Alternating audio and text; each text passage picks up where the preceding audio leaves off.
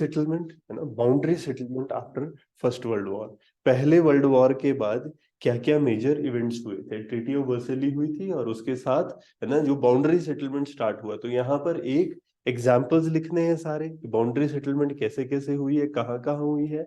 फिर उसके अलावा इसमें कि उसका फिर एक क्रिटिकल एनालिसिस ना, कि बाउंड्री सेटलमेंट की वही की क्या बेनिफिट्स रहे या क्या इश्यूज आए, और कहीं ना क्या ये सेकेंड वर्ल्ड वॉर को रीजन बन रहा है, ये सेकेंड वर्ल्ड वॉर के लिए रीजन बन रहा है। तो ये बाउंड्री सेटलमेंट ढंग से ना होने का आगे फ्यूचर इम्प्लीकेशंस, ठीक है, इन चीजों को डिस्कस करते हैं। तो पहली चीज क्या है, अगर हम फर्स्ट वर्ल्ड वॉर की बात समझना चाहें और उसका आफ्टर मैथ, क्योंकि वहीं पर बाउंड्री सेटलमेंट का आइडिया आया था, ठीक है। तो फर्स्ट वर्ल्ड वॉर है ना, ग्रेट वॉर कहते हैं, कब हुई थी? 14 से 18 के बीच में, ठीक है। और मोस्टली कंट्रीज इन्वॉल्व थी। क्या यूएसए डायरेक्टली इन्वॉल्व था? यूएस डायरेक्टली इन्वॉल्व नहीं था। तो प्राइमरीली किसके बीच में हो रही है? एक तरफ हम कहते हैं, बोलते हैं अलाइज, है ना, एक तरफ अलाइज थे, दूसरा एक्सिस पावर थी। तो यहाँ पर अलाइज कौन है? फ्रांस, यूनाइटेड किंगडम, रशिया, और जो सेंट्रल पावर्स है ये जर्मनी, ऑस्ट्रिया हंगरी और ऑटोमन एम्पायर, ठीक है। इनके बीच में लड़ाई हो रही है। यहां अगर हम समझने की कोशिश करते हैं कि हुआ क्या था, एक कहीं ना कहीं वॉर के साथ चेंज आने लगे थे, ठीक है। जब हम बात करते हैं कि कुछ सिग्निफिकेंट पॉलिटिकल इकोनॉमिक ना चेंजेस, क्यों? क्योंकि सोशल अपील हो रही है। क्या सोसाइटी में उस टाइम पर चेंज आ रहे थे? एक सामाजिक और आर्थिक उथल उस समय पर युद्ध के टाइम पर हो रही थी। और जब वॉर खत्म हुई है उस टाइम पर हमने क्या देखा, चेंज क्या आया, कि कुछ जो एम्पायर्स थे वो कलाप्स कर गए थे, ठीक है ना। कुछ बड़े बड़े साम्राज्यों का पतन हुआ था। उसके अलावा क्या हुआ, इससे क्या हो रहा है कि कुछ और जैसे रेवोल्यूशंस हुए हैं, है ना, और जो एरिया था, जो बाउंड्रीज थी, नेशनल बाउंड्रीज, उसकी रीड्राइंग हुई है ना, उसके एरियाज बदले गए। ट्रीटी ऑफ वर्सेली अगर हम समझने की कोशिश करें, क्यों हुई है? वॉर के बाद लोग इकट्ठे हुए, है ना, और एक ट्रीटी साइन कर रहे थे, और थी किस लिए? प्राइमरीली की इसके बाद अब शांति, है ना, पीस हो। तो पीस ट्रीटी है, बट पीस ट्रीटी जिस तरह से मैनेज की गई, है ना, हाँ, बोलते तो हम ये है कि जो वॉर की जो सिचुएशन थी, है ना, जर्मनी एलाइड पावर्स के बीच में, वो मतलब सबसाइड करी गई है, इसके द्वारा कम करी गई है। बट सच में हुआ क्या था, है ना, जर्मनी हैप्पी नहीं था। क्यों नहीं हैप्पी था? क्योंकि इन्होंने जर्मनी के ऊपर बहुत सी रिस्ट्रिक्शंस लगा दी थी, है ना, वॉर रिस्ट्रिक्शन। जर्मनी क्या है कि अब उनकी जो वॉर की कैपेबिलिटीज थी उसको कम करने की कोशिश करी गई, ठीक है। दूसरा, उनकी बाउंड्रीज को रिड्रॉ किया गया। जो मेन मेन एरियाज थे उनके, राइनलैंड है, जहां पर कोल था, जहां पर उनके रिसोर्सेज थे, वो आपस में सब लोगों ने बांट लिए, है ना। फिर इनकी फौज को कंट्रोल किया गया कि इससे ज्यादा फौज नहीं रख सकते हैं, सबमरीन्स नहीं रख सकते हैं, वो मतलब आप जेट्स नहीं रख सकते। तो ओवरऑल इकोनॉमी को, फिर इकोनॉमी को भी कर्टेल करने की कोशिश की, और वॉर इंडेमनिटी, कि आपकी वजह से लड़ाई हुई है तो खर्चा, ठीक है, वो सारी चीजें लगाएगी। साथ में जो ट्रीटी ऑफ वर्सेली हो रही है, और भी ट्रीटी हुई थी, ठीक है ना। एक सेंट जर्मन की ट्रीटी हुई थी, ये ऑस्ट्रिया के साथ हुई थी। इसके अलावा एक ट्रायनन की थी, ये हंगरी के साथ हुई थी, ठीक है। एक सर्वस है, ये ऑटोमन एम्पायर के साथ साइन की गई थी। और हो क्या रहा है, जो मैप था यूरोप का और मिडिल ईस्ट का, उसको शिफ्ट किया गया था, ठीक है। जो कोलोनाइजेशन का मतलब, कुछ लोगों को तो ये लगा ना आजादी मिलेगी, बट हुआ क्या था, इन्होंने क्या किया, आपस में बाउंड्रीज को रीडिस्ट्रीब्यूट कर दिया। जो हमको भी क्या लग रहा था, आजादी मिल सकती है। हिंदुस्तान में भी देखो ना, इस पीरियड में हम क्या सोच रहे थे कि भाई इंडिपेंडेंट, अ सॉर्ट ऑफ, क्या वो कहेंगे, रूल हमको ऐसा मिल सकता है कुछ, कि हम लोग बोले ना डोमिनियन स्टेटस, एटलीस्ट इतना तो हम डिमांड कर ही रहे थे। फिर अगर हम समझे जियो पॉलिटिकल सिचुएशन कैसी थी, अगर वॉर से पहले को समझने की कोशिश करें, जो एम्पायर्स थे वहां पर नेशनलिज्म कैसे था। वॉर से पहले जो बड़े बड़े एम्पायर थे, जैसे Austro Hungarian, Russian, Ottoman empire, ये यूरोप और मिडिल ईस्ट का मेजर एरिया कवर कर रहे थे। और यहाँ हो क्या रहा था, नेशनलिस्टिक मूवमेंट देखो इन देशों में चल रहे थे, है ना, जहां जहां पर कॉलोनीज भी थी। और लोग क्या डिमांड कर रहे थे? ऑटोनॉमी, इंडिपेंडेंस की बात कर रहे थे।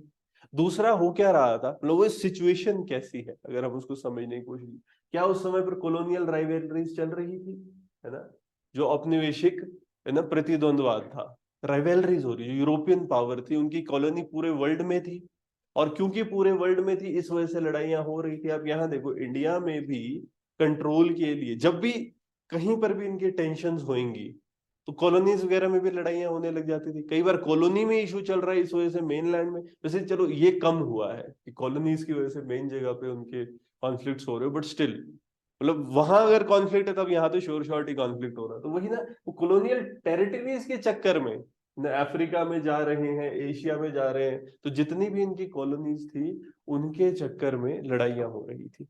और चेंज क्या हो रहा था, एक अलायंस सिस्टम बन रहा था, ठीक है ना, अलग अलग गठबंधन बन रहे थे।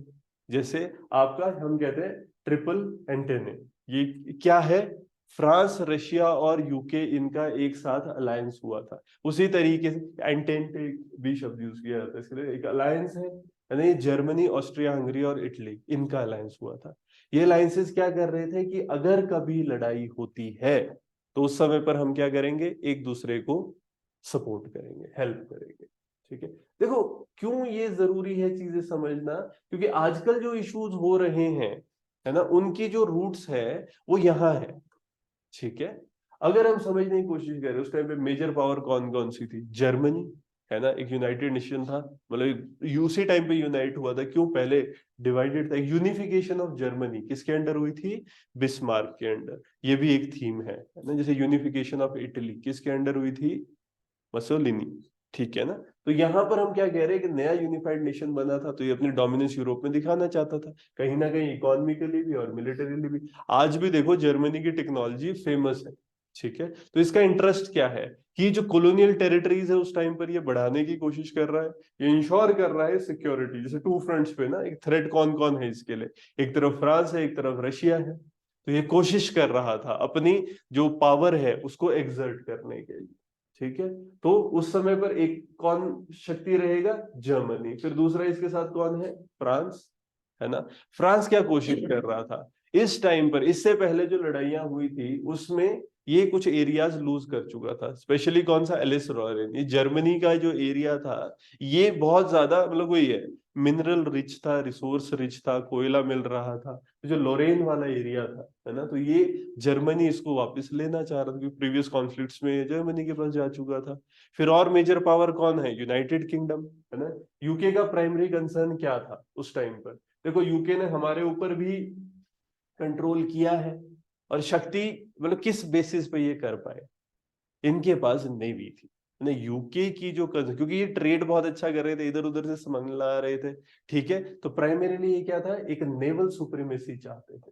अब जैसे इंडिया की तरफ जो रूट आ रहा है, अफ्रीका से घूम के पूरा ये आ रहे हैं, क्या कोशिश कर रहे होते थे कि इनकी सुप्रीमेसी इस एरिया में रहे, ठीक है, एक नेवल सुप्रीमेसी हो।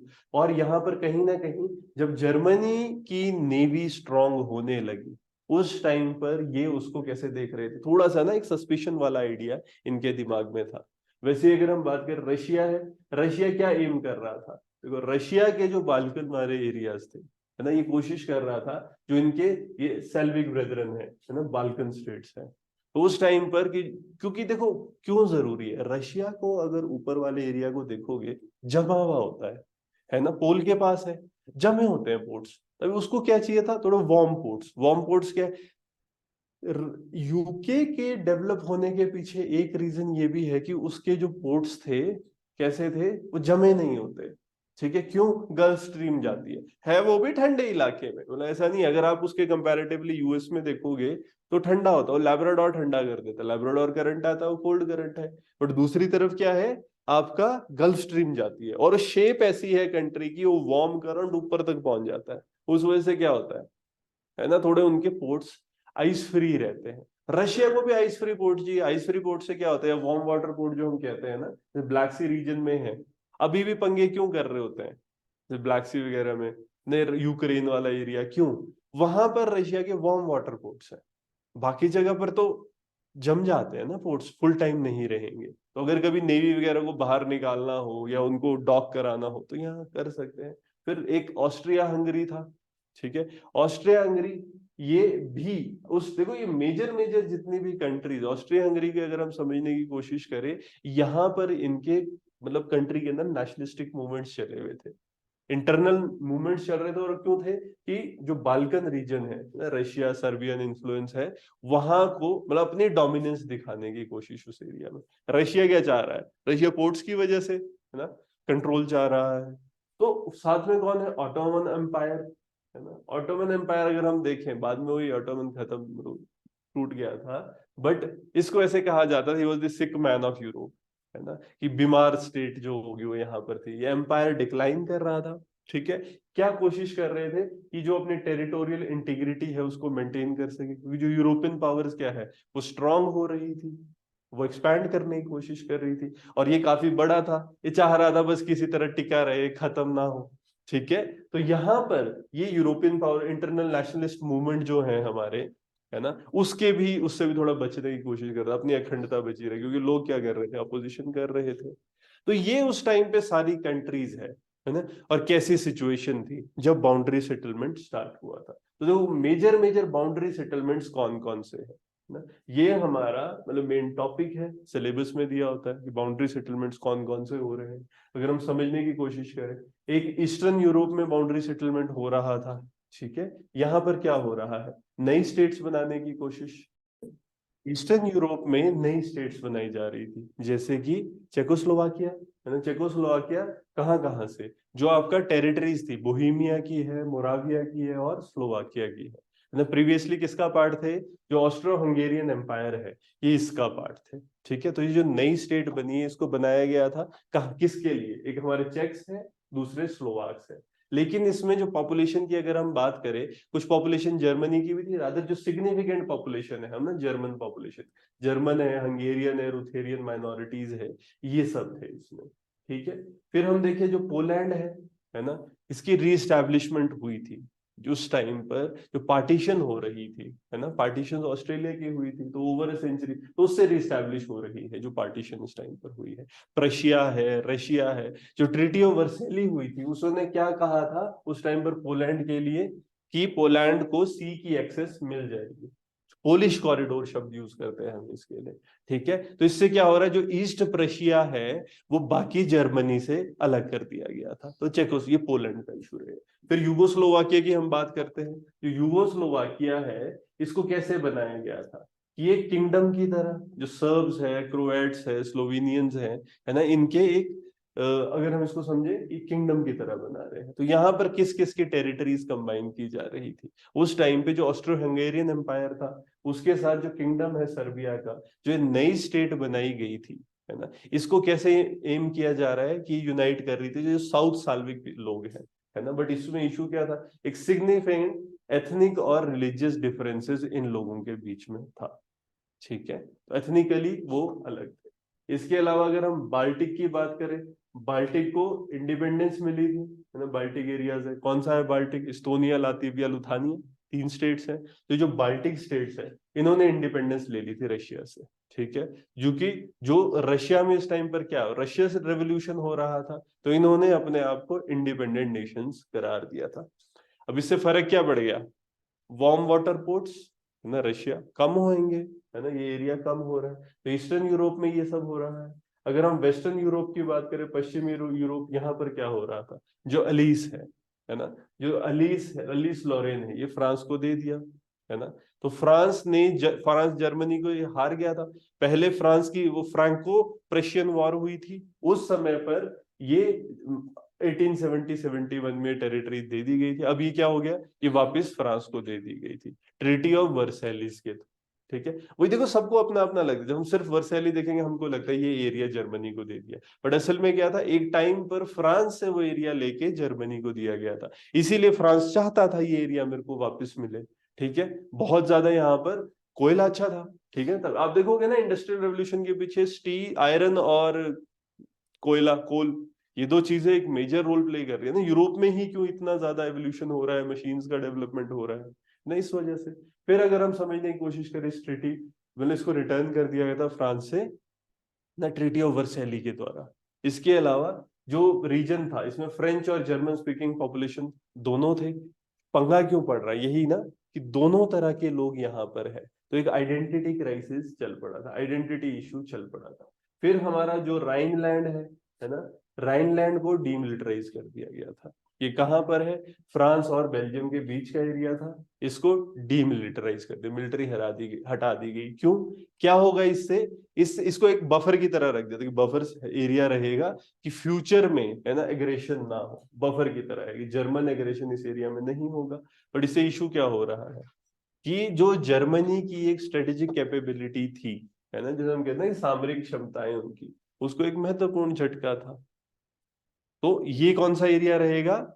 Western Europe. फिर अगर हम बात करें मिडिल ईस्ट जो है, मिडिल ईस्ट में क्या हो रहा है ना, मध्य पूर्व जो है, पहली चीज यहाँ पर जो ऑटोमन एम्पायर था इसका डिवीजन हो गया। वॉर के बाद जो ऑटोमन एम्पायर था इसको पार्टीशन कर दिया गया। इससे क्या बना? जो अभी टर्की है, तो टर्की कंट्री बन रही है, और जो अरब टेरिटरीज है उनका भी लॉस हुआ ना। फिर साइपिकोट एग्रीमेंट कहते हैं हम, है ना, साइपिकोट एग्रीमेंट एक बार मेंस में यूपीएससी के पूछा भी गया था, ठीक है ना।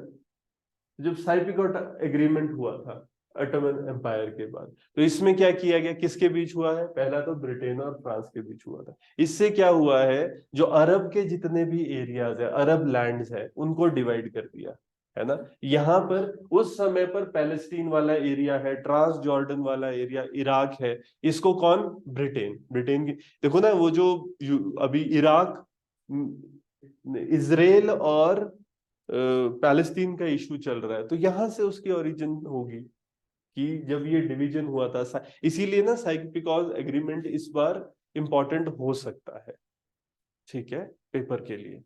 तो हम यहाँ पर क्या बात कर रहे हैं, तो ये जो एरिया था इसको कंट्रोल में ले लिया। जो फ्रांस था, इसने सीरिया और लेबनान जो ये कंट्रीज है इनका कंट्रोल ले लिया था। अगर आप हिस्ट्री को समझने की कोशिश करो ना, कि कोलोनाइजेशन ही है जिससे फ्यूचर में बाद में पंगे पड़ रहे हैं। इसके अलावा यहाँ पर अलग अलग मैंडेट्स हुई थी, जैसे लीग ऑफ नेशन बना था, ठीक है ना। तो यहाँ पर लीग ऑफ नेशन मेनली क्यों है? यहाँ शांति के लिए, वो ना यूनाइटेड नेशन का ये स्टार्टिंग है, मतलब यहाँ से फिर बाद में यूनाइटेड नेशन बन रहा है। तो लीग ऑफ नेशन इन्होंने ब्रिटेन और फ्रांस को मैंडेट दे दी थी कि जो फॉर्मन ऑटोमन टेरिटरीज है ये इसको कंट्रोल कर सकते हैं, ठीक है। इससे हो क्या रहा था, ये इसको क्यों प्रिपेयर करे, ताकि वो सेल्फ रूल के लिए आप इसको प्रिपेयर कर पाओ। लेकिन हुआ क्या था, बोलने के लिए बोला जा रहा है कि ये हमारे अंडर आएगी, हम इसको सेल्फ रूल के लिए प्रिपेयर कर रहे हैं, हम यहाँ पर इनको सिखा रहे हैं डेमोक्रेसी। बट सच में क्या था? कॉलोनियलिज्म। इंडिया को क्या बोल रहे थे? व्हाइट मैन्स बर्डन, है ना, कि हम कैसे हैं? उन व्हाइट मैन का बर्डन है, वो हमारे को हेल्प कर रहे हैं। हम क्या है? बारबेरिक लोग हैं। वो क्यों आए हैं? वो हमारे को, है ना, सिविलाइज करना है। उनका लॉजिक तो यही था ना, बोलने के लिए अपनी पार्लियामेंट में जो बोल रहे थे। और यहाँ उन्होंने कितना सिविलाइज किया और कितना एक्सप्लॉइट किया, है ना, वो हिस्ट्री जानती है। फिर एशिया में अगर आप देखोगे, एशिया में भी क्या हो रहा है, जो टेरिटरीज थी, जो कॉलोनीज थी, वो शिफ्ट हुई है। अब जैसे जर्मन कॉलोनीज है, जर्मनी की कॉलोनीज जो सारी ले ली गई एलाइज के द्वारा। जर्मनी का जो ईस्ट अफ्रीका है वो किसके अंडर चला गया था? ब्रिटेन के अंडर, है ना। जो तंगानिका वाला एरिया है, जो जर्मनी का न्यू गिनिया था, ये किसके पास चला गया? ऑस्ट्रिया के पास ना, ऑस्ट्रेलियन कंट्रोल के पास। देखो कर क्या रहे हैं, कॉलोनीज ली, आपस में डिवाइड कर दी, ठीक है। रादर देन लो, हमको क्या लग रहा था कि भाई हमको बेनिफिट मिलेगा, है ना। हुआ ऐसा कुछ? आजादी दी किसी को? नहीं। हमको भी बस बोल रहे थे कि कभी बाद में भी ना, जब इतने पंगे होते, बोला कहीं फ्यूचर में आपको some sort of self governance देंगे, वर्ल्ड वॉर 2 के बाद भी। किसने श्योरली ये नहीं बोला ना कि भाई हाँ इंडिपेंडेंस देंगे या डोमिनियन स्टेटस भी देंगे। तो बाद में जब इनको लगा छोड़ना पड़ेगा, तब बोलते डोमिनियन स्टेटस देंगे। तब तक फिर हमने भी क्या बोल दिया था, डेड एज अ डोरनेल वाली बात हो रही है ना। ये चेक दिया है आपने, बट कैसा चेक है? कि क्रैशिंग बैंक का चेक है। फिर उसके बाद एक शैंगडॉन क्वेश्चन था। यहाँ पर जो जर्मनी के कंट्रोल्ड एरिया थे, शैंगडॉन, है ना, तो चाइना ये किसको दे दिए थे? चाइना वाले एरिया जापान को दे दिए थे। इससे क्या हो रहा है? इससे कहीं ना कहीं जो चाइना लोग थे, है ना, वो चाइनीज लोग गुस्सा हुए थे। और यही क्या बाद में रीजन बना, जो May 4th मूवमेंट था, May 4th मूवमेंट के पीछे बेसिस ही ये था, शैंगडोंग क्वेश्चन, ठीक है। ये चाइना वाले एरिया किसको दे दिए गए हैं? जापान को दे दिए गए। इस तो ये ओवरऑल क्या है, ये बेसिक बाउंड्री सेटलमेंट्स है ना। सारे जो भी अलग अलग एरियाज है, वहां पर बाउंड्री सेटलमेंट जो किए गए थे। क्रिटिसिज्म क्या है हमारे बाउंड्री सेटलमेंट का? इश्यूज क्या थे? देखो ठीक है, करें बाउंड्री सेटल करें, पर दिक्कतें कहाँ हुई? अगर हम इसको समझने की कोशिश करें कि क्या यहाँ पर तो क्रिटिसिज्म है बाउंड्री सेटलमेंट का, है ना, मेजर क्रिटिसिज्म क्या है? पहली बात तो कि एथनिक और नेशनलिस्टिक इश्यूज उठे हैं। क्या अलाइनमेंट बहुत ज्यादा प्लान करके की गई थी? तुम एक चीज देखो ना, हमारे यहाँ पर जब स्टेटहुड स्टेट्स डिवाइड हो रही थी, कितने पंगे हुए? पंगों का पीछे के रीजन क्या था? लैंग्वेज है, ट्रेडिशन है, भाई लोगों का अलग अलग भाषाएं हैं, है ना। तो अब यहाँ क्या होगा? यहाँ तो एथनिसिटी ही डिफरेंट है, पोस्ट वॉर ट्रीटीज है, ये कैसे हो रही थी, है ना? क्या ये जो हमारी एथनिसिटी है, जो कल्चरल रियलिटीज है, इनको ध्यान में रखा गया कि जातियां कैसी कैसी है ना, राष्ट्रवादी जो मुद्दे हैं, नेशनलिस्टिक इश्यूज, कोई किसी ने कुछ नहीं देखा। इन्होंने क्या देखा? ये मेरे एरिया के पास, ये मैं रख लेता हूँ, ये तेरी कंट्री के पास, ये तू रख ले, पहले कभी तेने यहाँ कंट्रोल किया था, ये तेरा हो गया, है ना, यहाँ मैंने कंट्रोल किया था, मेरा हो गया। मुझ है ना, कुछ एरिया ऐसा एरिया जो दोनों दूर है स्ट्रैटेजी के, भाई दोनों को इसमें पार्ट चाहिए। ये कंट्रीज का थोड़ी बेनिफिट देख रहे थे। तो इससे हो क्या रहा है, जो एथनिक ग्रुप है वो अलग अलग कर दिए गए। थोड़े सा एथनिक ग्रुप एक कंट्री में चला गया, थोड़ा सा एथनिक ग्रुप दूसरी कंट्री में चला गया। उससे फर्क क्या पड़ रहा है? वो लोग अपने ही एरिया में माइनॉरिटीज बन गए, अल्पसंख्यक बन के रह रहे हैं, है ना। तो ऑटोमेटिकली जब वो अल्पसंख्यक बन के रहेंगे, क्या वो लड़ेंगे, गुस्सा होंगे? अगर आप देखो एग्जाम्पल, जैसे ये ना, ये स्टूडेंट जो एरिया है, जर्मन थे चेकोस्लोवाकिया के, तो जो ना, ये स्टूडेंट लैंड था, ये सिग्निफिकेंटली जर्मन स्पीकिंग पॉपुलेशन था। किसके साथ जोड़ दिया? चेकोस्लोवाकिया के साथ। इससे क्या हो रहा है? लोगों को गुस्सा आया, है ना। जो यहाँ पर जर्मन्स थे, ये मार्जिनलाइज फील कर रहे थे, तो ऑटोमेटिकली क्या हो गया, ये ऑटोनॉमी चाहने लगे। और बाद में जो नाजी जर्मनी का एनेक्सेशन इसमें हुआ है, देखो जब जर्मन नाजिज्म बढ़ा यहाँ पर, हिटलर का कंट्रोल बढ़ा, तो क्या किया उसने? सबसे पहले यही एरिया लेने की कोशिश करी। क्यों? क्योंकि लोग वहां डिमांड कर रहे थे। जब लोग डिमांड कर रहे होते हैं, उससे होता क्या है? उससे फिर वो लोग सपोर्ट करेंगे ना, और कहीं ना कहीं वो डिमांड कोशिश करेंगे कि, है ना, जो कंट्री दूसरी कंट्री है वो आए और वहां पर कंट्रोल करे। इसके अलावा अगर हम देखेंगे, जो हंगेरियंस है, हंगेरियंस कहाँ थे, है ना, ट्रांसिल्वेनिया, ट्रांसिल्वेनिया जो है, तो ट्रांसिल्वेनिया में जो हंगरी वाले लोग थे, है ना, यहाँ पर भी हंगेरियन माइनॉरिटी में थे। ये किसको दे दिया था हंगरी से? ये रोमानिया को दे दिया था। जब रोमानिया के पास चला गया तो लोग गुस्सा हो गए थे।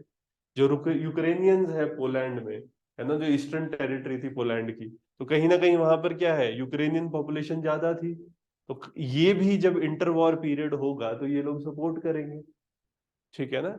कोई भी कंट्री ऐसी हो ना, फिर वो सपोर्ट करने लग जाए। अब जैसे आप ये देखो कि हमारे यहाँ पर ये जो पख्तून एरिया है, नॉर्थ वेस्ट फ्रंटियर प्रोविंस है, पाकिस्तान में है, ठीक है ना। लेकिन क्या है, वो वही इंडिया के साथ कुछ लोग एसोसिएट करते थे, तो डिस्टरबेंस रहती है, अपने वहां पर एसोसिएशंस हो जाती है। क्योंकि क्या है, वो लोग ये ना कि हम तो इधर को होने चाहिए थे। कुछ लोग कश्मीर में जो परेशान क्यों हो रहे हैं, वो ये कुछ लोग एक्सपेक्ट करते होंगे कि हाँ, they wanted to be part of Pakistan.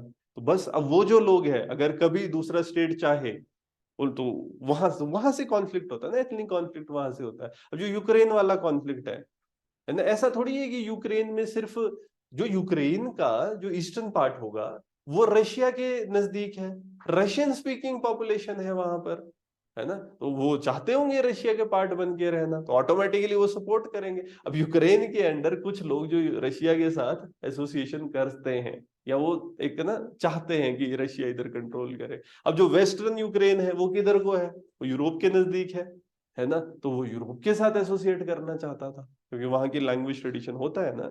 Nepal के बॉर्डर पे जो इंडिया में भी लोग रह रहे हैं, नेपाली आती है। भले आप देखो ना, वेस्ट बंगाल का एरिया है, कहाँ ऊपर ज्यादा, दार्जिलिंग वगैरह नेपाल के नजदीक है, वहां पर नेपाली लोग भी तो होंगे। तो ये रहेगा, तो ऑटोमेटिकली एथनिक कंसिडरेशन जो होती है, अगर वो ना फुलफिल की जाए। हमने क्यों बना दिए सिस्टर, 7 सिस्टर्स नॉर्थ ईस्ट में, है ना, नागालैंड, है ना, अलग अलग कम्युनिटीज के लिए स्टेट्स बनी हुई, कितनी छोटी छोटी स्टेट्स है। देखो ना, यूपी सारा देख लो, यूपी की पॉपुलेशन और नॉर्थ ईस्ट की पॉपुलेशन सारी 7 सिस्टर मिला के कौन सी ज्यादा?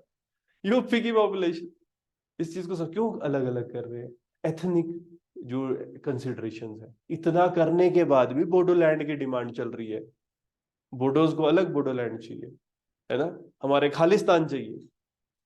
क्यों? एथनिक जो कंसिडरेशन है वो कहीं ना कहीं लोग फील करते होंगे कि फुलफिल नहीं हुई, तभी तो पंगे कर रहे हैं। तो अगर हम देखें, फिर इकोनॉमिक कंसर्न्स रहेंगी यहाँ पर। जो डिवीजन है रिसोर्सेज का, जो इंडस्ट्रीज का है, तो जब नई बाउंड्रीज बन रही थी तो कहीं ना कहीं जो नेचुरल रिसोर्सेज है ना इंडस्ट्रीज के, ये किस पे डिपेंड करेंगे कि रिसोर्स रिच एरिया कहाँ है, कौन सा एरिया है जहां पर संसाधन है। सब लोग चाहते हो संसाधन वाला एरिया अपने पास हो, नहीं तो क्या होगा, लड़ाइयां हो रही है, इकोनॉमिक रेवोल्यूशन हो रहा है। उस टाइम पर अगर किसी के पास रिसोर्सेज नहीं होगा तो वो एफिशिएंटली काम नहीं कर पाएगा। अगर हम इसको समझने की कोशिश करें, जैसे अपर सेलिसीलिया है, ये कहीं ना कहीं इंडस्ट्रियल एरिया था, है ना। क्यों? क्योंकि इसके पास कोयला था, कोल माइंस थी, स्टील प्लांट्स बनाए गए थे यहाँ पर। तो जर्मनी और पोलैंड के बीच में डिवाइड हुआ। जब डिवाइड हुआ तो उस टाइम पर इकोनॉमिक चैलेंजेस आ रहे थे दोनों नेशंस के लिए, ठीक है ना। एरिया दोनों चाहते थे सारा अपने पास हो, जो सार बसीन एरिया है, ठीक है ना। तो सार बसीन एरिया ये किसके अंडर रख दिया था, लीग ऑफ नेशन के अंडर रख दिया था। क्यों? कोल माइंस यानी यहाँ की फ्रांस के पास दे दी गई है। जब इस एरिया की कोल माइंस फ्रांस के पास दे दी गई थी तो उससे क्या हुआ था, क्या खुश था जर्मनी, है ना। जर्मनी की चिंताएं बढ़ गई थी, है ना, इकोनॉमिक इश्यूज थे। आप देखो ना, वॉर के बाद जर्मनी में कितनी ज्यादा इन्फ्लेशन हो गई थी। ऐसा कुछ जगह पर ऐसे दिखाते कि नोटों को टॉयलेट पेपर की तरह यूज करने लगे थे, नोटों को जलाने लग गए थे, कागज की वैल्यू ज्यादा हो गई थी देन नोट की, ठीक है ना। फिर अगर आप देखोगे स्ट्रैटेजिक चिंताएं भी होती है ना, जो आपकी सामरिक चिंताएं हैं। क्यों? अब देश क्या वल्नरेबल हो रहे हैं, जब नए नेशन बनते हैं तो जो बाउंड्रीज होती है वल्नरेबल हो जाती है, तो एक्सटर्नल थ्रेट्स के लिए वो मतलब ज्यादा प्रोन होती है, बाहर से लोग अटैक कर सकते हैं, संवेदनशील है अटैक के लिए। अदरवाइज क्या होगा, इंसान स्ट्रैटेजिकली बनाएगा। बट वही ना, कुछ एक अब जैसे पोलिश कॉरिडोर बनाया था, ठीक है। अब पोलिश कॉरिडोर देने से पोलैंड को तो चाहिए था, है ना। इससे क्या हो रहा है, बाल्टिक सी को एक्सेस हो गई थी इनकी, है ना। ये बाल्टिक सी तक पहुंच गए। बट हुआ क्या, इससे प्रशिया और जर्मनी है ना, इन दोनों के बीच में एक तो बाल्टिक इस पोलिश कॉरिडोर दिया क्यों था, ताकि पोलैंड जमीन तक नहीं सी तक पहुंच जाए, है ना। बट ये जो दो कंट्रीज खुश होंगे, अब प्रशिया है जर्मनी है, तो एक कंटेंशन इशू था। जर्मनी को ये लग रहा था कि ये हमारे लिए एक मतलब स्ट्रैटेजिक इशू है। ओवर द पीरियड क्या हो सकता था यहाँ से, एक हम इसको कंटेंशन की तरह देखते हैं ना, कि जब वॉर होएगी तो उस टाइम पर ये स्ट्रिप ऑफ लैंड बहुत ज्यादा इनके लिए इंपॉर्टेंट हो जाएगी, ठीक है। तो हाँ, तभी देखना आपने सबसे पहले जब ये स्ट्रांग हुआ किधर को अटैक किया, पोलैंड, है ना। कहाँ बख्शा पोलैंड को जर्मनी ने। फिर अगर आप देखोगे, जो राइनलैंड वाला एरिया था, है ना, डिमिलिटराइजेशन करी थी किस चीज के लिए, कि जर्मनी इधर को ना आए। रीजन क्या था, देखो ऑब्वियसली इकोनॉमिक भी था, क्योंकि राइनलैंड में मतलब कोल मिल रहा था। और दूसरा क्या है ना, ये स्ट्रेटेजिक फ्रंटियर की तरह देखते थे ना, ये जर्मनी का फ्रंटियर है। अब उसको क्या बोलते हैं, डिफेंसलेस रखो इसको, है ना, इसको मिलिटराइज नहीं कर सकते, तो ऑटोमेटिकली इस वजह से भी खुश नहीं थे। फिर अगर हम देखें, कॉलोनियल इश्यूज थे। बोला क्या था शुरू में, है ना, कॉलोनियलिज्म के पर्सपेक्टिव में ये चीज कही गई थी कि जो लोग हैं उनको काय का राइट दिया जा रहा है, सेल्फ डिटर्मिनेशन का। आइडिया ये था ना कि सब लोगों को ये आत्मनिर्णय का की शक्ति देंगे, कि भाई तुम बताओ तुम्हारे को इंडिपेंडेंस चाहिए या फिर डोमिनियन स्टेटस के अंडर रहना है, ठीक है। बट यहाँ पर हुआ क्या था, क्या सच में इसको यूनिफॉर्मली लगाया गया था टेरिटरीज में? नहीं। तो क्या कहते हैं इसको, हिपोक्रेसी करी है इन लोगों ने, है ना, पाखंड किया है। बोलने को तो बोल रहे हैं कि हम लोग क्या करेंगे, हम लोगों से पूछेंगे, है ना। हुआ क्या था, अब जैसे आप देखोगे कि मिडिल ईस्टर्न कंट्रीज थी, अब यहाँ स्पेसिफिकली आजकल देखो पंगा का क्यों हो रहा है, ये एक इशू का रीजन है ना। यहाँ किया गया था, जैसे इराक है, पैलेस्टीन है, सीरिया किसके अंडर रख दिए गए, ब्रिटिश के अंडर, है ना। फ्रेंच मैंडेट आ गई थी, किस चीज के लिए, कि सेल्फ रूल होगा, कुछ समय में खुद रूल करेंगे। क्या सच में ऐसा हुआ? ये कॉलोनियल रूल की तरह ही लगे, लोग खूब गुस्सा हुए इसकी वजह से, जेन्युइन इंडिपेंडेंस नहीं दी गई, ठीक है। बाद में क्या इसराइल बनाया वहां पे, ब्रिटेन ने, जो वो ये ना कि नाजी जर्मनी ने जो वर्ल्ड वॉर 2 के टाइम पर इश्यूज क्रिएट किए, है ना, जब ज्यूज का परसिक्यूशन हुआ तो वहां पर ठीक है जमीन दे दी, है ना, कंट्री बना दी। फिर जर्मन कॉलोनीज जो अफ्रीका में थी, है ना, बोला क्या गया था, सेल्फ रूल मिलेगा, है ना। गांधी जी गए थे, है ना, गांधी जी ने भी उस पीरियड में काम किया है ना। अब जो कब आए थे वापस गांधी जी, 15 में, है ना, 15 में आए थे। तो वर्ल्ड वॉर शुरू हुई है, तो उस टाइम पे क्या हुआ, कहीं पर भी इंडिपेंडेंस मिली? जो जर्मन कॉलोनीज थी अफ्रीका की, उसको क्या कर दिया? बाकी कॉलोनियल पावर्स को दे दिया। अगर आप देखोगे भी, जो स्क्रैम्बल ऑफ अफ्रीका कहा जाता है, कि वो जब डिवीजन हुआ, आप देखोगे भी बाउंड्रीज जो है ना अफ्रीका की कंट्रीज की, कैसे 90 डिग्री पे कटी होती है। नॉर्मली तुम देखोगे क्या बाउंड्रीज 90 डिग्री पे कटती है? नहीं कटती, है ना। बाउंड्रीज कैसे होती है? जैसे कोई नेचुरल डिवीजन है, कहीं पहाड़ है, यहाँ डिस्ट्रिक्ट्स की डिवीजन देख लो। शिमला डिस्ट्रिक्ट है, शिमला डिस्ट्रिक्ट के की सतलुज देखो, सतलुज से ऊपर किसको डिवाइड कर रही है? ये कुल्लू को डिवाइड कर रही है, मंडी को डिवाइड कर रही है। ठीक है, तो सतलुज है ना, वो जा रही है। वही कि नेचुरल डिविजन्स होते हैं जनरली, कल्चरल डिविजन्स होते हैं जनरली, और यहाँ पर क्या है? लाइन बना दीजिए, यहाँ से जाएगा। इंडिया पाकिस्तान अभी तक हम क्यों पंगे कर रहे हैं? है ना? जब वो पार्टीशन हुआ था, तो पार्टीशन जिसने किया, किसने किया था पार्टीशन? रेडक्लिफ ने लाइन बनाई थी। रेडक्लिफ की क्या वो थी कि क्यों रेडक्लिफ को बुलाया गया, उसकी क्या एक्सपर्टीज थी? ये कि वो आज तक इंडिया नहीं आया इसलिए अनबायस्ड होगा। कौन होना चाहिए था जिसको पता होता कम्युनिटीज कैसे कैसे है, बाउंड्रीज कैसे है, प्रॉपर बाउंड्री डिवीजन होता। ठीक है ना। लोग आज भी परेशान हैं। बाउंड्री सेटलमेंट से हुआ क्या, अगर हम समझने की कोशिश करें? कई इमीडिएट रिएक्शंस थे। अब जैसे लोग डिससेटिस्फाइड थे, खुश नहीं थे, है ना। जो सेंट्रल पावर्स थी, भले ही वो हारी हो, लेकिन, है ना, एक तो पहली बात क्या, उनको इक्वल से मिला। देखो वर्ल्ड वॉर टू में डिफरेंस आएगा। ये गलती फिर ये लोग वर्ल्ड वॉर टू में नहीं करेंगे। वर्ल्ड वॉर टू में जो हारी हुई साइड्स होंगी, उनको भी बहुत ज्यादा वॉर इंडेमनिटीज नहीं लगाएंगे, बहुत ज्यादा टफ कंडीशंस नहीं लगाएंगे। अभी लगा दी थी, नए नए जीते थे ना वर्ल्ड वॉर। तो यहाँ पर क्या हो रहा है, तो लार्जली जो भी विक्टर्स थे उनके डिसीजन को माना गया था। जर्मनी, है ना, जर्मनी को क्या हुआ था? देखो जर्मनी तो ऐसा फील किया था कि बेइज्जती हुई है हमारी। नाजीज्म के अंडर, हिटलर के अंडर जर्मनी आया ही क्यों, इतना स्ट्रांग हुआ ही क्यों? इतनी बेइज्जती फील कर दी गई थी कि जब उनको सेल्फ, है ना, एक रिस्पेक्ट की बात की गई, है ना। भले ही हिटलर ने देखो क्या क्या किया, बट आइडिया क्या था? सेल्फ रिस्पेक्ट, कि हम खुद उठेंगे, वापस पैरों पे उठेंगे, इकॉनमी इतनी नीचे जा चुकी, हम इसको स्ट्रांग करेंगे। हुआ क्या उससे? जो ट्रीटी ऑफ वर्सेली है, वो क्या देखा उन्होंने? वो तो डिक्टेट की तरह है, कि डिक्टेटेड पीस है ये, है ना। इन्होंने क्या कहा था? तो डीमिलिटराइज कर दो, है ना, वो हैवी रिपैट्रिएशन, पैसे दो। इसके अलावा बहुत सी ह्यूमिलिएशन हुई है उनकी। ठीक है, अन्यायपूर्ण भी था, और कैसा था, अपमानजनक भी था। आपका ऑस्ट्रिया और हंगरी वाले एरिया देखोगे, उस टाइम पे क्या था, जो ऑस्ट्रो हंगेरियन एम्पायर था, है ना, इसको खत्म कर दिया गया। यहाँ से क्या हुआ, तो कहीं ना कहीं क्या हो रहा है, जो इनकी टेरिटरीज थी, जब इन्होंने नई स्टेट्स बनाई है, जो इनकी टेरिटरीज थी, उनका लॉस हुआ है। अगर आप ऑटोमन एम्पायर की बात करते हो, ऑटोमन एम्पायर तो मतलब इतना बड़ा एम्पायर था, बहुत सी टेरिटरीज, जैसे अरब टेरिटरीज थी, यूरोपियन लैंड्स थे, इनको एक सिग्निफिकेंट ब्लो रहा है। हुआ क्या इससे? इवेंचुअली जो आजकल हम कहते हैं ना मॉडर्न डे टर्की है, तो टर्किश वॉर ऑफ इंडिपेंडेंस चली है। अगर आप देखो, तो एक ये क्या बेसिक जो इम्पैक्ट्स रहेंगे, और अगर आप लॉन्ग टर्म इम्पैक्ट देखो, है ना, तो हुआ क्या था कि रेवोल्यूशनरी पावर बढ़ी थी देशों में। हो क्या रहा है ना, कि संशोधनवादी शक्तियां, इनका उदय हुआ है। डिससेटिस्फाइड थे, है ना, सेटलमेंट से, इससे ऐसी पावर्स हुई, जो वर्ल्ड ऑर्डर था उस टाइम पर, कि जिन लोगों के पास शक्तियां हैं उनको चेंज करो, उनको बदलो। नाजी जर्मनी आया, है ना, जो अडोल्फ हिटलर है। अडोल्फ हिटलर ने किस चीज पे कैपिटलाइज किया? लोगों की ग्रीवियंस पे, है ना, लोग दुखी थे, हिटलर ने इसको कैपिटलाइज किया। जो ट्रीटी ऑफ वर्सेली से लोग इतने परेशान थे, इन्होंने क्या किया, लोगों को क्या बोला, लोगों को एकजुट किस बेसिस पे किया? इन्होंने बोला कि जो लॉस्ट टेरिटरीज है इनको वापस लाएंगे, जो जर्मन स्पीकिंग पीपल है उनको इकट्ठा करेंगे और अपनी बाउंड्री को बढ़ाएंगे। लोगों को आइडिया बढ़िया लगा। जो भूखा मर रहा है, वो थोड़ी ह्यूमन राइट्स के बारे में सोचेगा।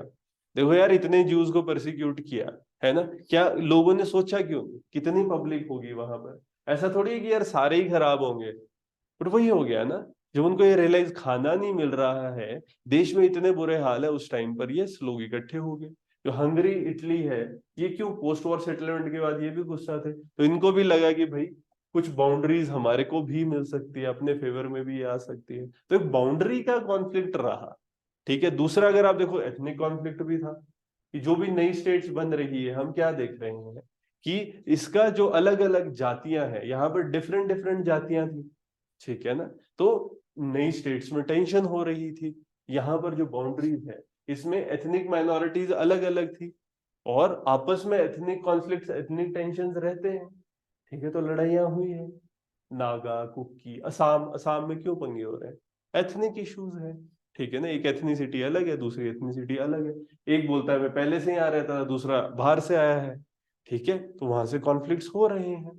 फिर अगर आप देखो, जैसे ये चेकोस्लोवाकिया में टेंशंस हुई थी, है ना, यहाँ पर क्या हुआ था, चेक्स और जो हमारे स्टूडेंट्स जर्मन्स हैं, तो ये कहीं ना कहीं लड़ रहे थे। फिर यहाँ पर क्या हुआ, म्यूनिच एग्रीमेंट हुआ था। ठीक है, और डिसमेंबरमेंट हुई थी कंट्री की। यूगोस्लोवाकिया है, यहाँ पर एथनिक और रिलीजियस डिफरेंसेस थे लोगों के बीच में, एक तरफ सर्ब्स थे, एक तरफ क्रोएशियंस थे, एक तरफ स्लोवेनियंस थे। इससे क्या हो रहा था कि एक वायलेंस की तरफ जा रहे थे, आपने देखा है बाद में, yes it led to violence, है ना। अगर हम पोलैंड की बात करेंगे तो यूक्रेनियन माइनॉरिटीज हैं, है ना। देखो ये सब क्या है, अलग अलग एग्जांपल्स किस चीज के, कि माइनॉरिटीज कैसे डिफरेंट थी। तो यूक्रेनियन माइनॉरिटीज रहेगी ईस्ट, इसके टेंशन किसके साथ हो रही है, जर्मनी के साथ, जर्मन वेस्ट में थे, और फिर वो क्या कर दिया है, वो पोलिश कॉरिडोर, है ना। तो ये कॉन्फ्लिक्ट का रीजन रहे। और अगर अब इन जनरल देखो इश्यूज और कहाँ आ रहे थे, इकोनॉमिक और पॉलिटिकल इंस्टेबिलिटीज हुई थी, आर्थिक और राजनीतिक अस्थिरताओं की वजह से भी लोग परेशान थे। पहला तो अगर हम पैसे की बात करें, रिसोर्सेज डिवाइड कर दिए गए, है ना, रिपैट्रिएशन की क्षतिपूर्ति के लिए जर्मनी को पैसा देना था, स्पेशली जर्मन्स को। इससे क्या हो रहा है, बहुत ज्यादा इकोनॉमिक चैलेंजेस बढ़ने लगे थे। जो हमारा जर्मनी था, हम वीमर रिपब्लिक कहते हैं, यहाँ पर हाइपर इन्फ्लेशन चली हुई थी। ठीक है, हाइपर इन्फ्लेशन अर्ली 1920 में हो रहा था, क्यों, वही हम रिपैट्रिएशन की बात कर रहे होते हैं ना।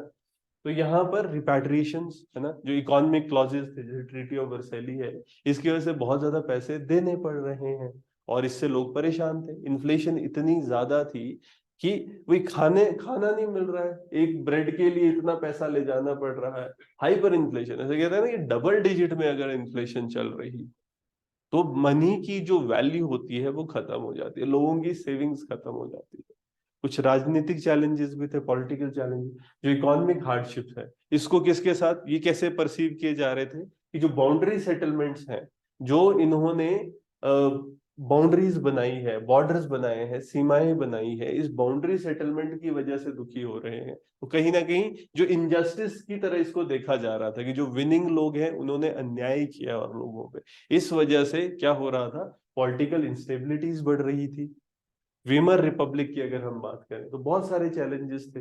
वीमर में क्या हुआ था, कूप हुए हैं, लोग सत्ता, क्योंकि क्या सत्ता पलट की बात हो रही है, तख्ता पलट की बात हो रही है, तो कू कर रहे थे लोग, है ना। पॉलिटिकल असैसिनेशन हो रही थी, कि जो भी हेड्स है लोगों, इनको मारने की कोशिश, है ना।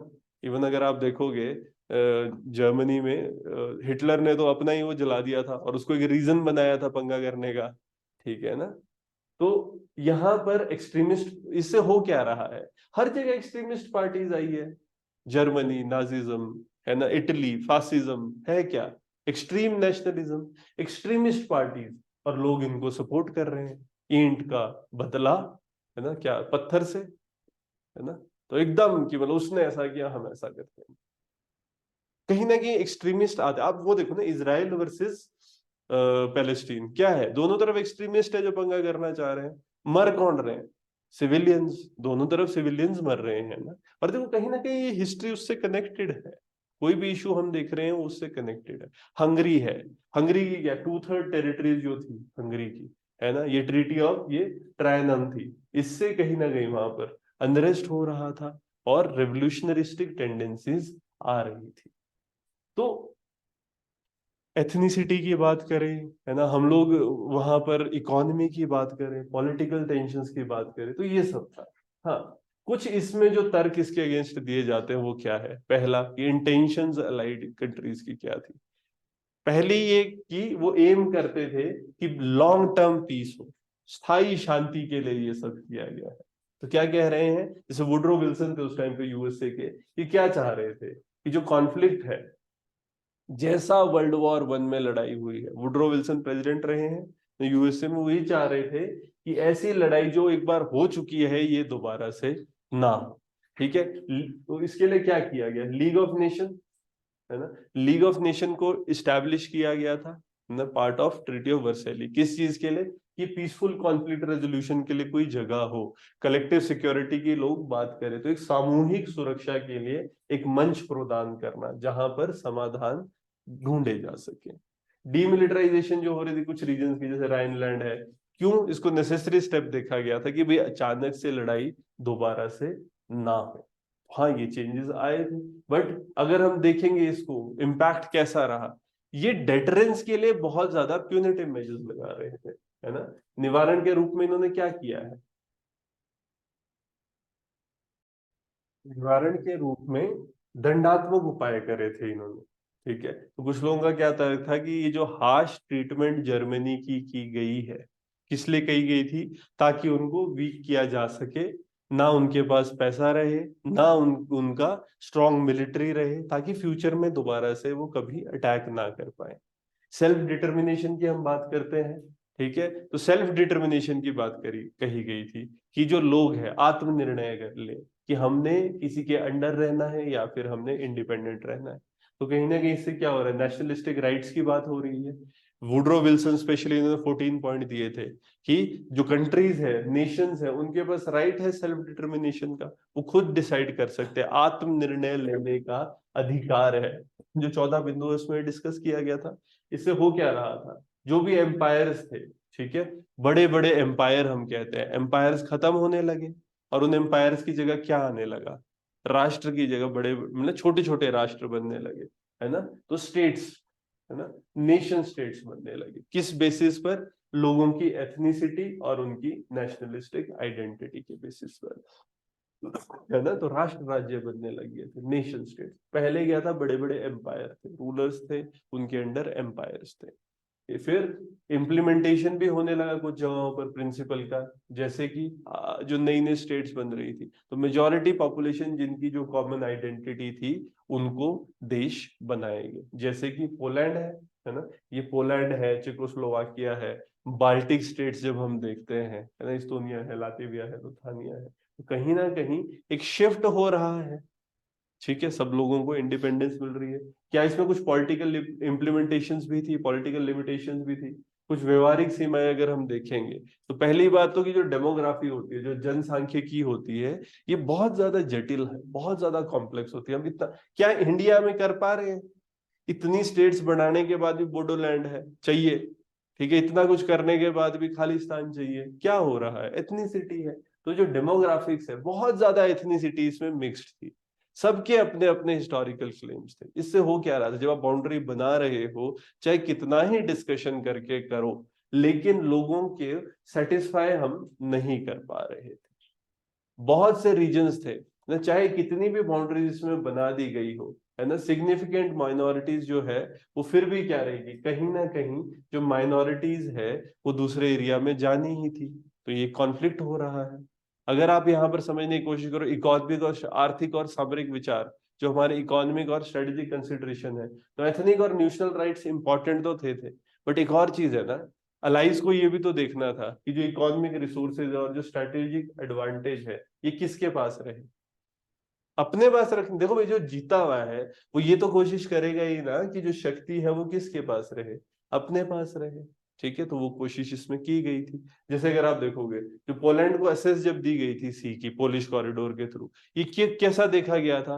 उस समय पर उनकी जो एक ना वही कहा जाता है, जो इकोनॉमिक आइडिया है कि ये एसेंशियल है उनकी इकोनॉमिक वायबिलिटी के लिए। ठीक है, कॉरिडोर देने से जो जर्मनी था, क्या जर्मनी के लिए एक स्ट्रेटेजिक चैलेंज था? जर्मनी गुस्सा हो गया, ठीक है, उनकी रणनीति के लिए ये चुनौती पैदा कर रहा था। लेकिन ये देश की आर्थिक व्यवहारिता के लिए, पोलैंड की आर्थिक व्यवहारिता के लिए कंपलसरी देखा जा रहा था। तो जो जीते हुए लोग हैं उन्होंने ऐसे ऐसे कुछ किया, इससे दूसरी कंट्रीज गुस्सा हुई है। ठीक है ना। और अगर हम इस चीज को देखें, उस टाइम पर लिमिटेशन थी नॉलेज की, है ना, फोर साइड की। उस टाइम पर इतनी चीजें पता नहीं थी ना, जो लीडर थे, है ना, उनको नहीं आइडिया लग रहा था ऐसा करके फ्यूचर में क्या होगा। उन्होंने डिसीजन किस बेसिस पे लिया? जो इंफॉर्मेशन और पर्सपेक्टिव उनके पास थे, है ना। जो उनके डिसीजन थे, कुछ डिसीजन जैसे हम कहते हैं ना कि बहुत से डिसीजन ऐसे थे जो अनइंटेंडेड थे, मतलब ऐसा नहीं था कि वो चाहते थे कि वो ऐसे मतलब उनको पता था कि ऐसे नेगेटिव कॉन्सिक्वेंसेस होंगे, फिर उस इंटेंशन से उन्होंने ऐसा किया, आइडिया ही नहीं था। आप समझ रहे हो। पहली बात तो ये देखो ना, टाइम कौन सा है, इस चीज को समझने की कोशिश करो, कौन सा समय है ये। क्या उस समय पर हमारे मतलब इंटरनेट था, फोन थे समझ रहे हो, टेलीग्राफ कब आया, इतनी इंफॉर्मेशन एक जगह से दूसरी जगह डिसेमिनेट ही नहीं हो रही थी। तो अगर हम समझने की कोशिश करें, जो बाउंड्री सेटलमेंट है फर्स्ट वर्ल्ड वॉर के बाद, प्राइमरीली किससे डिटरमाइन हो रहा है, ट्रीटी ऑफ वर्सेली से, है ना। ये ट्रीटी ऑफ वर्सेली से रिलेटेड है। हो क्या रहा है, क्या इससे बदलाव आ रहे थे, यूरोप का जो भू राजनीतिक परिदृश्य है, जब हम बात करते हैं जियो पॉलिटिकल लैंडस्केप है ना कहीं इसमें एक मेजर शिफ्ट आ रहा है। जो अलाइज थे, अलाइज की एम क्या थी, कोशिश तो इन्होंने भी ये करी कि लास्टिंग पीस करेंगे, है ना, कि ऐसे शांति लेके आएंगे कि अब ये हमेशा के लिए रहे। जब बंदे लड़ते हैं ना, लड़ने के बाद जो बुजुर्ग पैदा होते हैं उनको ऐसा लगता है, जो लड़े होते हैं पूरा उनको ऐसा होता है, यार भाई ठीक है, छोटी मोटी चीजें छोड़ो, बस पंगा नहीं करना। इतना लॉस हो रहा है देशों का, इतना लॉस हो रहा है लाइफ्स का। आप देखो ना, एक टाइम पर मतलब मेल पॉपुलेशन इतनी कम हो गई थी यूरोप में, होगी ही, देखो ना सारे लड़के जा रहे हैं, वॉर कर रहे हैं, यंग जनरेशन एकदम खत्म हो गई थी। लड़की तभी देखो ना, विमेन एम्पावरमेंट का एक रीजन ऐसा भी था कि भाई लड़के काम करने के लिए थे ही नहीं, लड़कियों को फैक्ट्रीज में काम करना शुरू किया, लड़कियों ने जीन्स पहनना शुरू किया। जीन्स क्यों, फंसता नहीं है ना, हैवी ड्यूटी कपड़ा है, ढूंढा ही इसलिए गया था ये कि जो लोग हैवी ड्यूटी काम करते हैं उनके लिए ऐसे कपड़े हो। तो जो अलाइज है ना, लास्टिंग पीस के बारे में इन्होंने सोचा था, बट वही है कि उस पीस के लिए जब ये लोग डिस्कशन कर रहे थे, शांति के लिए डिस्कशन कर रहे थे, जो एथनिक आइडेंटिटीज है, इकोनॉमिक स्ट्रेटेजिक रियलिटीज है, इनको इन्होंने बहुत ज्यादा ध्यान नहीं दे पाए। ठीक है, जो वास्तविकताएं थी उसका आइडिया ही नहीं था। इसके अलावा जो इमीडिएट रिएक्शन क्या था सेटलमेंट का, क्या लोग इन सब से खुश हुए थे सेटलमेंट से, नहीं। ज्यादातर जैसी सेटलमेंट हुई थी लोग गुस्सा ही हुए। अगर आप देखोगे जो सेंट्रल पावर्स थी नहीं थी गुस्सा। तो क्या हो रहा है, ग्रीवेंसेस बढ़ी, और ओवर द पीरियड क्या हो रहा है ना, जो नए लोग आने की कोशिश कर रहे थे पावर में, वो रिविजनिस्टिक पावर्स वाले लोग थे। ये क्या चाह रहे थे, जो शक्तियां आ रही है, संशोधनवादी चाह रहे हैं कि चेंज आए, है ना। एथनिक टेंशन से रिलेटेड थी, तो अब एक इंसान जिसके पास पावर आ जाए और वो एक स्पेसिफिक एथनिसिटी से हो, दूसरे वाले लोग गुस्सा होते थे, है ना, कि हमारे लोग नहीं पहुंच पा रहे पावर एक्लियंस में। ठीक है, फर्दर अगर आप काउंटर आर्ग्यूमेंट देखोगे, ये क्या एम्फसाइज करते हैं कि इंटेंशन अच्छी थी एलाइड्स की, है ना, गुड इंटेंशन भले ही हो, लेकिन इशू क्या हुआ था, जो एप्लीकेशन था प्रिंसिपल का, सेल्फ डिटर्मिनेशन का। पहले इसमें है ना कि इनहेरेंट चैलेंज क्या है, पहला तो ये परफेक्ट बाउंड्री सेटलमेंट, ये पॉसिबल ही नहीं है। ठीक है, अगर हम परफेक्ट बाउंड्री सेटलमेंट की जो बात करते हैं, आज भी क्या ये परफेक्ट बाउंड्री सेटलमेंट होता है, कंट्रीज की बात कर रहे हैं, जब एक घर का डिवीजन होता है दो भाइयों के बीच में, क्या वहां सेटलमेंट हो जाती है। केसेस देखो तुम, कोर्ट केसेस ज्यादातर काहे के बाउंड्री सेटलमेंट, जब दो लोगों के बीच में ढंग से बाउंड्री सेटल नहीं हो रही है, तुम दो देशों के बीच में बाउंड्री सेटलमेंट की बात कर रहे हो, वो तो एक ही एथनिसिटी है ना, एक ही फैमिली, बचपन से इकट्ठे रहे हुए लोग होते हैं। तो ये इशू है। ठीक है, तो इतना इजी नहीं है। और अगर आप इसको समझने की कोशिश करो कि लॉन्ग टर्म इम्पैक्ट क्या है ना, तो अगर लॉन्ग टर्म इम्पैक्ट समझने की कोशिश करो, तो जो बाउंड्री सेटलमेंट्स है ना, इसे चेंज आया है। अगर आप ग्लोबल पॉलिटिक्स देखो, आजकल आज तक देखो, है ना, जो चीजें हो रही है, ग्लोबल पॉलिटिक्स है इंटर वॉर पीरियड, उसके बाद तो एक जो सेंस, लोग क्यों गुस्सा थे, ह्यूमिलिएशन, है ना, बेइज्जती फील करिए भाई। इसके अलावा इकोनॉमिक हार्डशिप, पैसे की दिक्कत थी ना, जर्मनी में सच में प्रॉब्लम्स थी। हुआ क्या, एक्सट्रीमिस्ट टेंडेंसीज आई है, जो हमारे एडोल्फ हिटलर का राइज है, और उसके बाद उसने जो किया। ठीक है, तुम्हारा इसराइल भी बन रहा है, लोग क्यों भागे ज्यूज, क्योंकि एडोल्फ हिटलर ने भगाए, है ना। एडोल्फ हिटलर ने क्यों भगाए इसको, ये देखो वहां पर क्या था ना, जो ज्यादातर जो ट्रेड में पैसे वाले, बैंकिंग वाले, वो कौन थे, ज्यूज थे। और ज्यूज क्या थे, ये क्लोज्ड कम्युनिटी थी, भाई भतीजावाद टाइप, आपस में शादियां करेंगे, है ना। अब जैसे मान लो उनकी दुकान है, तो उसमें सारे ज्यूज ही लगाए हुए होंगे, चाचा है, चाचे ने अपना भतीजा लगा दिया, भांजा लगा दिया, ऐसे नहीं होते जितने भी रिलेटिव्स हैं, सब लगाए होंगे जॉब में, आपस में क्लोज कनेक्शन है, खुद में ट्रेड कर रहे हैं, बहुत क्विक ट्रेड कर रहे हैं, तो उससे क्या हो रहा है? उनको गुस्सा वो था कि भाई उनको की जो इकोनॉमिक इश्यूज है बोले इनकी वजह से, ऐसे उन्होंने प्रोजेक्ट किया कि जब ये हटेंगे तब हम लोगों को बेनिफिट होगा। हाँ, लोग उसको मान गए। इसके अलावा नए नए स्टेट्स बन रहे हैं, तो इससे हो क्या रहा है, जो प्रिंसिपल सेल्फ डिटर्मिनेशन का वो तो बात हो रही थी, लेकिन कहीं ना कहीं एथनिक टेंशंस आई है।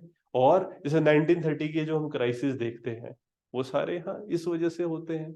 एथनिक इश्यूज ही है ना जिसपे आदमी लड़ने मरने को तैयार हो जाता है। ठीक है, फर्दर हम क्या बात कर रहे हैं, जो कॉलोनियल मैंडेट्स थी, है ना, इनकंसिस्टेंट थी, जो सेल्फ डिटर्मिनेशन यूरोप के बाहर इन्होंने जो कहा, है ना, इन्होंने एक डिसकंटेंट के सीड्स डाल दिए थे मिडिल ईस्ट में। आप देखो अफगानिस्तान, इराक, सीरिया, पंगे चले होते हैं, कहाँ से वो डिसकंटेंट कहाँ से शुरू हुई है? यहाँ बाउंड्री सेटलमेंट के इश्यूज से, है ना। तो कहीं ना कहीं आज भी हम इनको फील करते हैं। अल्टीमेटली अगर हम देखने की कोशिश करें कि जो बाउंड्री सेटलमेंट है आया किस चीज के लिए था, लोगों की जो कि फ्यूचर में लड़ाइयां ना हो, जो अनरिजॉल्व्ड कॉन्फ्लिक्ट्स है वो खत्म हो, स्ट्रेटेजिक वल्नरेबिलिटीज है उसको कम किया जाए। और हुआ क्या, है ना, चाह तो ये रहे थे कि एग्रेसिवनेस कम हो, रिविजनिस्टिक पावर कम हो, लेकिन क्या ये बाउंड्री सेटलमेंट ने सेकेंड वर्ल्ड वॉर के लिए स्टेज तैयार किया? है ना, जो सेकेंड वर्ल्ड वॉर का बेसिस है वो कहां से पैदा हो रहा है? जो फर्स्ट वर्ल्ड वॉर के बाद की बाउंड्री सेटलमेंट है उसमें जो इश्यूज आए, है ना, वहां पर है। और अगर हम देखने की कोशिश करें रेट्रोस्पेक्टिवली, तो जो बाउंड्री सेटलमेंट्स हैं, है ना, फर्स्ट वर्ल्ड वॉर के बाद ना, लाए किस लिए थे, इंटेंशन अच्छी थी, हुआ क्या, सक्सेस और फेलियर दोनों हुआ। लॉन्ग टर्म में अगर हम इसका इम्पैक्ट देखने की कोशिश करें तो क्या हो रहा है, ये अंडरस्कोर कर रहा है जो चैलेंजेस ना रिड्रॉ किए गए, और एक interplay ethnic, economic, strategic factors का जिसने हिस्ट्री को शेप किया है। जो क्वेश्चन है एग्जामिन करना है critically, boundary settlement after the world war, है ना, ये क्वेश्चन आया हुआ है।